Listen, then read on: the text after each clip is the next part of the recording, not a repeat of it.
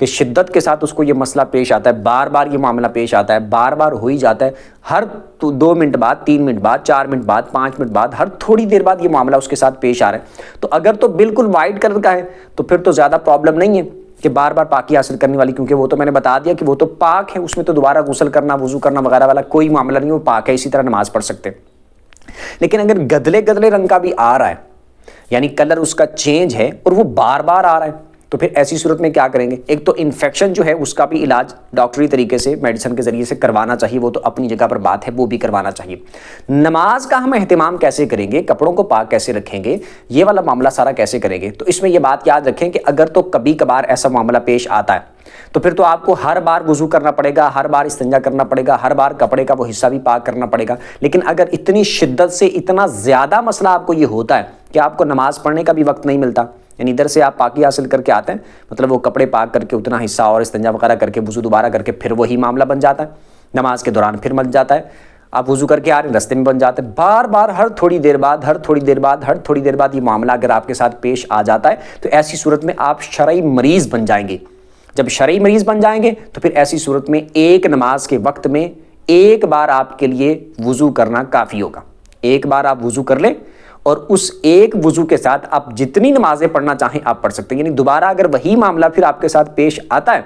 اس ایک نماز کے وقت کے اندر, مثال کے طور پر ظہر کا وقت سٹارٹ ہوا اور آپ کو یہ معاملہ بار بار پیش آ رہا ہے, بار بار آپ شرعی مریض بن گئے, تو آپ نے ظہر کے وقت میں ایک بار وضو کر لیا, مثال کے طور پر ایک بار آپ نے وضو کیا 1 بجے, مثال دے رہا ہوں, اور پھر دوبارہ 1:05 پہ وہی معاملہ آپ کو دوبارہ پھر پیش آ گیا, تو آپ کا وضو نہیں ٹوٹے گا, آپ کو دوبارہ سے جا کر وضو کرنے کی حاجت نہیں ہے, آپ اسی طرح نماز پڑھ سکتے ہیں. پھر آ گیا 1 بجے سے لے کر بالفرض مثال کے طور پر 5 بجے تک یہ سارا ظہر کا وقت ہے, تو اس پورے وقت کے اندر جتنی بار بھی وہ معاملہ پیش آتا ہے آپ شرعی مریض ہیں, اس مسئلے کی وجہ سے آپ کا وضو نہیں ٹوٹے گا, آپ پر دوبارہ سے جا کر استنجا کرنا, وضو کرنا, یہ ساری چیزیں لازم نہیں ہیں. ہاں جب اگلی نماز کا جیسے 5 بج جائیں گے, عصر کی نماز کا ٹائم سٹارٹ ہوگا, تو ایک بار آپ دوبارہ سے پھر وضو کر لیں اور پھر اس کے بعد اس عصر سے لے کر مغرب تک کے وقت میں جتنی نمازیں آپ پڑھنا چاہیں پڑھ سکتے ہیں. یہ اس کا مسئلہ ہو گیا. اب مردوں والی بات پہ آ جاتے ہیں. یہ لیکوریا والا معاملہ یہ سمجھ لیں کہ یہ جو لیکوریا والا معاملہ پیش آتا ہے نا, یہ شہوت کے بغیر اور اس طرح کے معاملات کے بغیر ویسے ہی خارج ہوتا رہتا ہے. یہ وہ لیکوریا ہوتا ہے جو شہوت کے ساتھ خارج ہونا اور اس طرح کے جذبات اور اس طرح کے معاملات بننے کے بعد خارج ہونا, شہوت والے معاملات وغیرہ وغیرہ, یا اس طرح کی گفتگو وغیرہ میں محتاط الفاظ میں بتا رہا ہوں, وہ بننے کے بعد اور اس طرح کا ذہن اور برے خیال اور بری سوچیں اور برے جذبات اپنے بنانا اور باہمی تعلق اور وغیرہ اس طرح کے معاملات میں جو خارج ہوتا ہے نا, وہ الگ اس کا حکم ہے سارا. اس پر میں نے پہلے بھی ویسے ویڈیوز بنائی ہوئی, لیکن میں ڈیٹیل سے پھر بنا دوں گا اگر آپ بولیں گے, تو اس کا علیحدہ معاملہ ہے. یہ میں اس کی بات کر رہا ہوں جو ویسے ہی خود بخود ایویں خارج ہوتا رہتا ہے بغیر کسی جذبات کے اور بغیر اس طرح کے معاملات کے. ٹھیک ہے, یہ بات میں کلیئر کر دوں. آگے مردوں کے ساتھ اگر ایسا معاملہ قطرے آنے کا معاملہ بنتا ہے وہ سمجھ لیں. مردوں کے ساتھ اگر قطرے آنے کا معاملہ بنتا ہے تو مردوں کے ساتھ لیکوریا والا کوئی معاملہ نہیں ہوتا, یعنی ان کی کوئی ایسی سچویشن نہیں ہے کہ ان کو قطرے خارج ہوں گے بھی تو پھر بھی وہ پاک ہی رہیں گے, یا وہ بالکل پاک ہیں, ان کا وضو بھی نہیں ٹوٹتا, ایسا بھی نہیں کچھ ہوتا وغیرہ وغیرہ, ایسا کچھ نہیں ہے. مردوں کو اگر قطرے خارج ہونے والا معاملہ پیش آئے گا, جیسے پیشاب کے قطرے بار بار آتے ہیں, تو ایسی صورت میں ان کا وضو ٹوٹ جائے گا, بدن کے جس حصے پہ لگیں گے وہ بدن کا حصہ بھی ناپاک ہو جائے گا اور کپڑے کا وہ حصہ بھی ناپاک ہو جائے گا. لیکن یہ ہے کہ غسل فرض نہیں ہوگا. غسل یہ بھی وہ قطرے خارج ہو رہے ہیں جو ویسے ہی ایویں خارج ہوتے رہتے ہیں, ٹھیک ہے, ان کی بات میں کر رہا ہوں. تو غسل فرض نہیں ہوگا, وضو نہیں ٹوٹے گا, اور استنجا کرنا,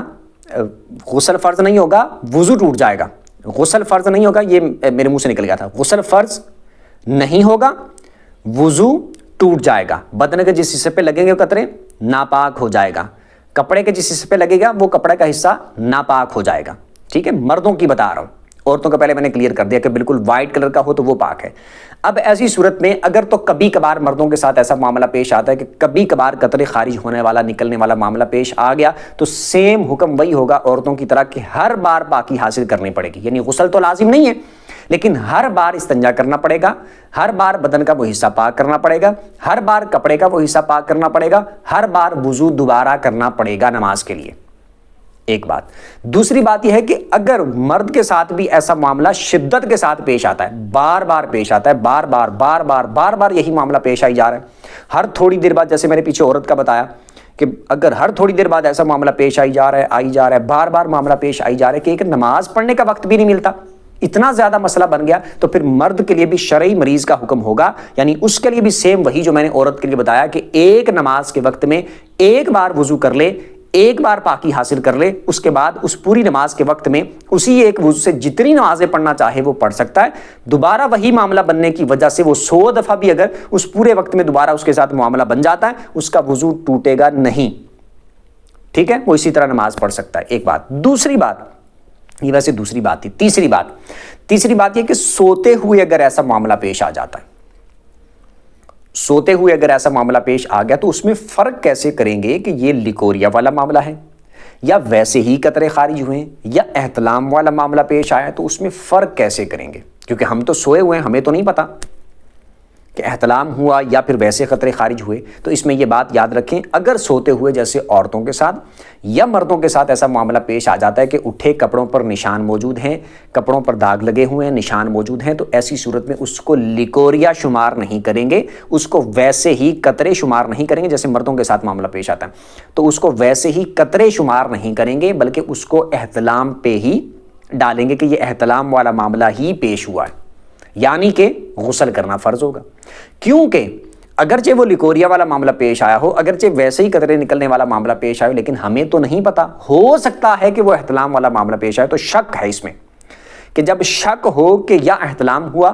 یا پھر ویسے قطرے خارج ہوئے یا لیکوریا والا معاملہ ہے، تو ایسی صورت میں اس کو احتلام ہی مانا جائے گا، یعنی کہ غسل فرض ہوگا، جس کو بولتے ہیں احتیاطاً غسل فرض ہونے کا حکم دیا جائے گا، تو غسل کریں گے۔ عورتوں کے ساتھ ایسا معاملہ ہو یا مردوں کے ساتھ ایسا معاملہ ہو تو غسل فرض ہوگا۔ یہاں پر ایک بات میں یہ بھی کلیئر کر دوں کہ بعض لوگ جیسے سمجھتے ہیں کہ احتلام والا معاملہ صرف مردوں کے ساتھ ہی خاص ہے، تو صرف مردوں کے ساتھ خاص نہیں ہے، عورتوں کو بھی یہ معاملہ پیش آ سکتا ہے، لیکن ایسا ہو سکتا ہے کہ بعض عورتیں ایسی ہوں کہ ان کو یہ معاملہ پیش نہ آتا ہو، ممکن ہے، لیکن عورتوں کو یہ معاملہ پیش آ سکتا ہے، ممکن ہے اور پیش آنا ممکن ہے، یہی بتا رہا ہوں، ٹھیک ہے۔ امید کرتا ہوں کہ اچھے طریقے سے سمجھ آ گئی ہوگی، اور اگر کسی کو میری ویڈیو کے کوئی لفظ، کوئی الفاظ غیر مناسب لگے ہوں تو اس کے لیے میں معذرت چاہتا ہوں۔ اور دوسری بات یہ ہے کہ جنہوں نے ویڈیو دیکھی اور مکمل دیکھی اور پھر ویڈیو مکمل دیکھنے کے بعد اب وہ اعتراض کرنا چاہتے ہیں کہ اس طرح اتنی وضاحت نہیں کرنی چاہیے تھی یا اس طرح کی ویڈیو نہیں بنانی چاہیے، تو ان سے میری گزارش ہے کہ آپ کو کس چیز نے مجبور کیا تھا کہ آپ میری ویڈیو دیکھیں؟ جب آپ کو شروع سے ہی ٹاپک پتہ چل گیا تھا کہ کس موضوع پہ ویڈیو ہے، تو کس چیز نے آپ کو مجبور کیا تھا کہ آپ میری ویڈیو دیکھیں؟ آپ کو اسی وقت چلے جانا چاہیے تھا۔ اب پوری ویڈیو آپ نے دیکھ لی ہے، اب اگر آپ اعتراض کرنے لگے ہیں تو شاباش۔ اللہ پاک آپ سب کو سلامت رکھے، سارے خوش رہیں، آباد رہیں، انشاءاللہ اسی طرح ویڈیوز، یعنی جو بھی ضروری مسائل ہم سب پر سیکھنا لازم ہے، اس طرح کے نہیں، مطلب کہ یہ بھی تو سیکھنا لازم ہے نا، پاکی ناپاکی کے مسائل ہیں، وضو، غسل، نماز، روزہ، حج، زکوٰۃ، سب مسائل پر انشاءاللہ اسی طرح مکمل تفصیل کے ساتھ، ڈیٹیل کے ساتھ ویڈیوز اپلوڈ ہوتی رہیں گی۔ یوٹیوب چینل پر بھی I am نبیل رضا کے نام سے میرا چینل ہے، اور فیس بک پہ بھی محمد نبیل کے نام سے میری ID ہے، وہاں پر بھی انشاءاللہ اپلوڈ ہوتی رہیں گی، انشاءاللہ آپ دیکھیں گے تو بہت فائدہ ہوگا۔ اللہ پاک آپ سب کو سلامت رکھے، سارے خوش رہیں، آباد رہیں، السلام علیکم۔